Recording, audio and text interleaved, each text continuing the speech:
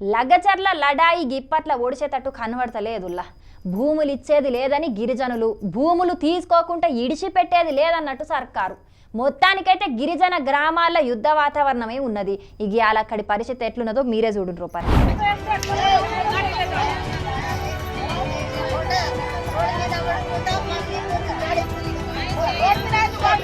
వికారాబాద్ జిల్లా దుద్యాల మండలంలో ఉన్న హకీంపేట, పోలేపల్లి, లగచర్ల, రోటిబండ తాండా, పులిచర్లకుంట తాండాల పరిధిలో ఇండస్ట్రియల్ కారిడార్ ఏర్పాటు చేస్తామని సర్కార్ ప్రకటించింది కదా. ఇగియాల లగచర్ల, రోటిబండ తాండాల అధికారులు భూ సర్వే చేయనీకత్తే అక్కడి గిరిజన మహిళలు అడ్డుకున్నారు. సర్కార్ చెప్తున్న పారిశ్రామిక వాడ కోసం మా భూములను ఎట్టి పరిస్థితుల్లో ఇచ్చేది లేదని మొత్తుకున్నారు. అయినా కూడా వందల మంది పోలీసులు ఆ ఊర్లల్లా అడుగుపెట్టి అధికారులతోని సర్వే చేపిచ్చిర్రు. వందల మంది పోలీసులు వచ్చే వరకు అక్కడ ఏం జరుగుతున్నదో ఏం కథనోనని అందరికి మస్తు టెన్షన్ అయింది. ఈ ముచ్చట్ల అటు కారు పార్టీ లీడర్లు కూడా గట్టిగానే గరమైతున్నారు. లంబాడి తాండాల మీదికి దండయాత్రకు పోతున్నారా?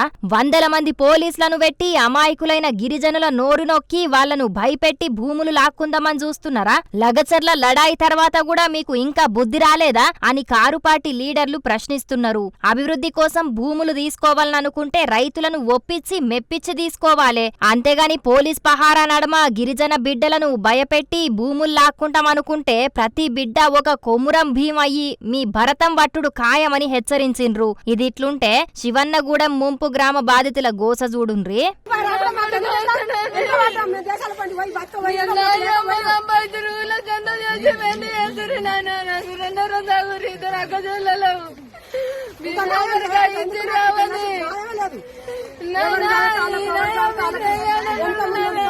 శివన్నగూడెం బ్యాలెన్సింగ్ రిజర్వాయర్ ముంపు గ్రామం నర్సిరెడ్డిగూడెం జనాలకు ఎసుంటి నోటీసులు ఇయ్యకుంటనే ఖాళీ జయ్యుమని అంటున్నారట. మాకు నష్టపరిహారం ఇయ్యకుంటనే ఖాళీ జయ్యుమంటే మేమేడికి పోదుమని ఇట్లా దుఃఖపడుతున్నారు. మరిగా నీటిపారుదల శాఖ మంత్రి ఉత్తమ్ కుమార్ రెడ్డి సారు జరమా అందరికి నష్టపరిహారం ఇచ్చేటట్టు అధికారులకు ఆర్డరేసి మా తిప్పలు తీర్వుండ్రని అంటున్నారు అక్కడి జనాలు. చూడాలి మరి ఈ నిర్వాసితులందరికీ సర్కారు ఏం సాయం చేస్తదో.